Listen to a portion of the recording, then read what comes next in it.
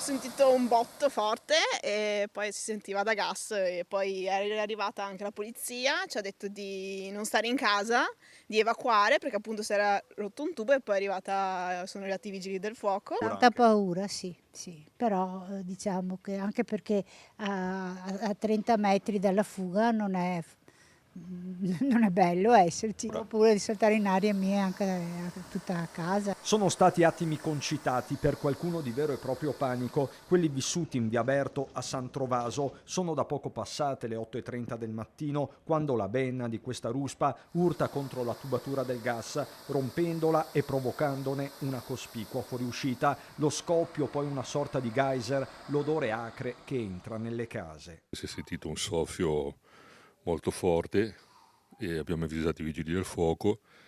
Poi il soffio è un po' rientrato, ma si è mantenuto comunque a livelli forti, si è riempito tutta la zona, si sentiva odore di gas. La mobilitazione è immediata, i primi ad accorrere sono i vigili del fuoco, poi la polizia locale con i volontari della protezione civile di Preganziol. Ci sono operatori che fanno il porta a porta chiedendo ai residenti, diversi condomini, di evacuare. Mi ha suonato un signore della protezione civile e mi ha detto che era meglio che andassi via evacuare. Per chi resta o non può muoversi, l'ordine è quello di chiudere le finestre e non accendere né la luce o usare dispositivi elettronici, indicazioni che restano valide per buona parte della mattinata. Il contrordine all'evacuazione arriva poco dopo, ma ormai in tanti sono usciti in via precauzionale dalle loro case. Io ho lasciato casa avendo moglie e bambino piccolo, comunque abbiamo pensato di fare una passeggiata e abbiamo scoperto che in realtà anche altre aree del paese erano state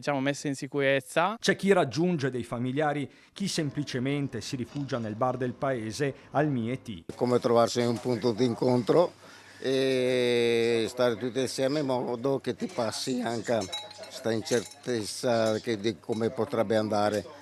Comunque ce n'erano tanti, sì. Che succede queste cose porta solo a aver paura e trovare un posto sicuro di dove andare. A seguire le operazioni la sindaca Stocco, che verso mezzogiorno dichiara chiusa l'emergenza. Il sospiro di sollievo è generale. È stato fondamentale intervenire tempestivamente e quindi qui rinnovo il plauso ai vigili del fuoco che sono intervenuti davvero nell'immediatezza, supportati poi da polizia locale, da protezione civile Preganziol, dai tecnici di Apireti Gas, quindi davvero una squadra imponente. È stato importante anche intervenire con la messaggistica, quindi con i social, con la messaggistica comunale per dare una capillare informazione